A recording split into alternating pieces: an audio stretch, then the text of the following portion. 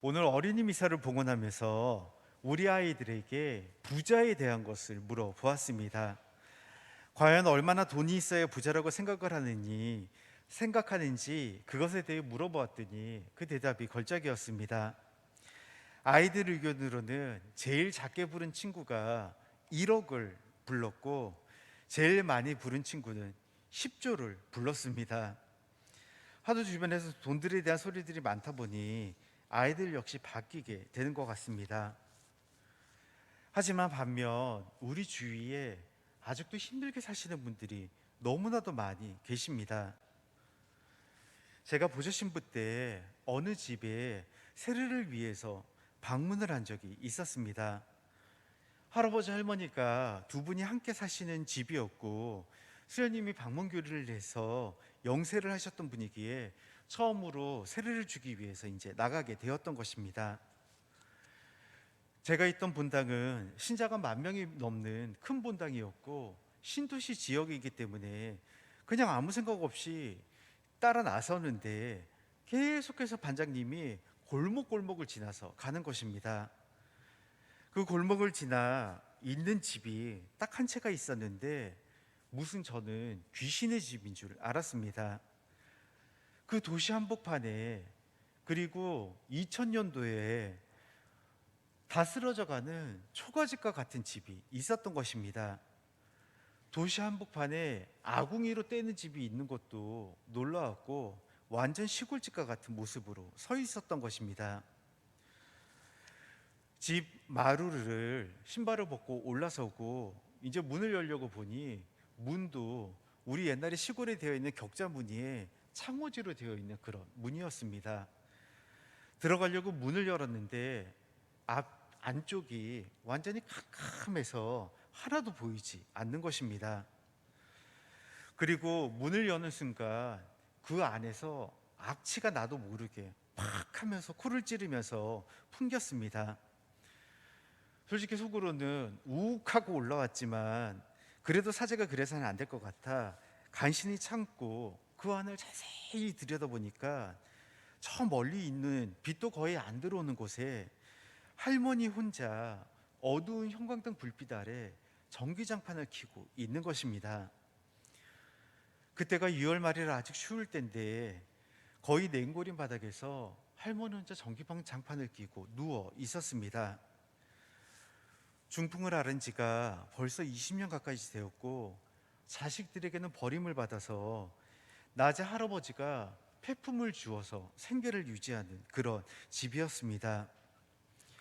그래서 낮에 할아버지가 폐품을 주우러 나가면 할머니 혼자 할아버지를 기다리면서 계속해서 누워서 지내야 됐고 때문에 제대로 먹지도 못했고 그리고 몸을 가눌 수도 없는 데다가 대소변을 받아주는 사람조차 없어서 그냥 기저귀에다가 그 자리에서 용변을 보고 할아버지가 오실 때까지 참는다는 것입니다. 사실 마음이 너무 아팠습니다. 그리고 같이 간 분들도 대부분 말을 잇지 못하는 그런 분위기였습니다. 그래서 성당에서 레지오에서 돌아가면서 다들 돕기로 하였고 그로부터 일주일 뒤에 레지오 단장님이 저에게 찾아오셨습니다. 레지오에서 봉사를 하고 씻겨드리고 집도 치우고 한 다음에 식사를 챙겨드리려고 봤더니 먹을 게 아무것도 없다는 것입니다. 라면이며 쌀이며 김치며 아무것도 없어서 할머니에게 물어봤더니 먹을 게 없어서 벌써 며칠째 굶고 계시다는 것입니다. 얼마 지나지 않은 10년 전의 일입니다. 그래서 결국 성당에서 도와주었고 그리고 그 후로 제가 몇 년 뒤에 마침 그곳을 지나갈 일이 생겨서 한번 들렸더니 그 집은 사라지고 없어졌습니다. 2000년대의 화려한 도시 불빛 아래 그 옆에 아파트들은 25층, 40층으로 마구 올라가는데 그 한가운데 아직도 굶는 사람이 있다는 것, 이것이 사실 우리들이 살아가는 현실입니다. 오늘은 자선주일입니다. 가난한 사람들, 병든 사람들, 소외된 사람들에게 도움을 주며 주님의 평안에 잘 살 수 있도록 도와주고 기억하는 날인 것입니다.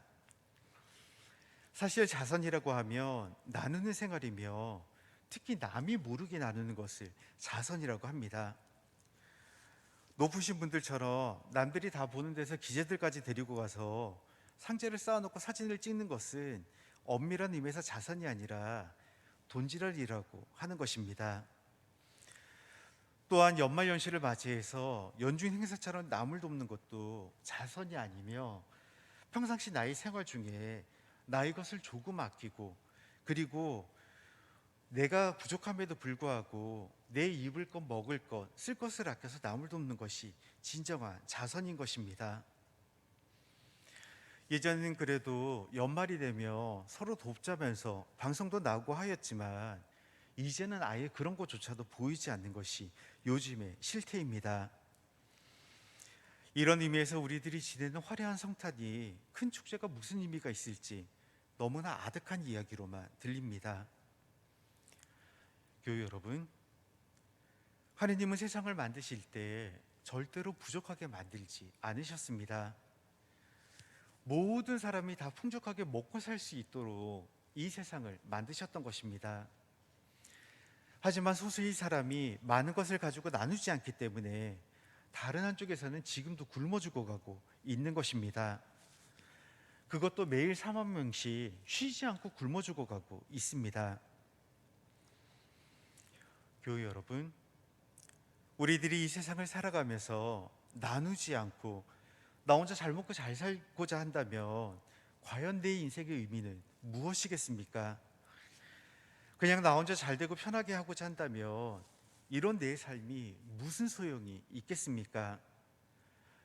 나 혼자만 세상을 살아간다면 나는 사람이 아니라 걸어다니는 살덩어리밖에 되지 않는 것입니다. 이제 나누는 것은 생활이 되어야 되고 내 삶의 일부가 되어야 합니다. 우리들에게 자선은 연말을 맞이해서 하는 보통의 기부 행사가 아니라 평범한 내 삶의 의무가 되어야 하는 것입니다.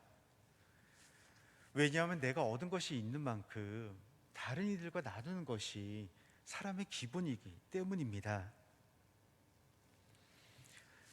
우리 주변 보이지 않는 곳에는 아직도 굶어가는 사람들이 있습니다. 내 눈에만 보이지 않을 뿐이지 그런 일들이 틀림없이 있는 것입니다. 그렇다면 나는 평상시에 얼마나 나누면서 살아가고 있는지 다시 한번 돌아보는 하루가 되었으면 좋겠습니다. 잠시 묵상하십니다.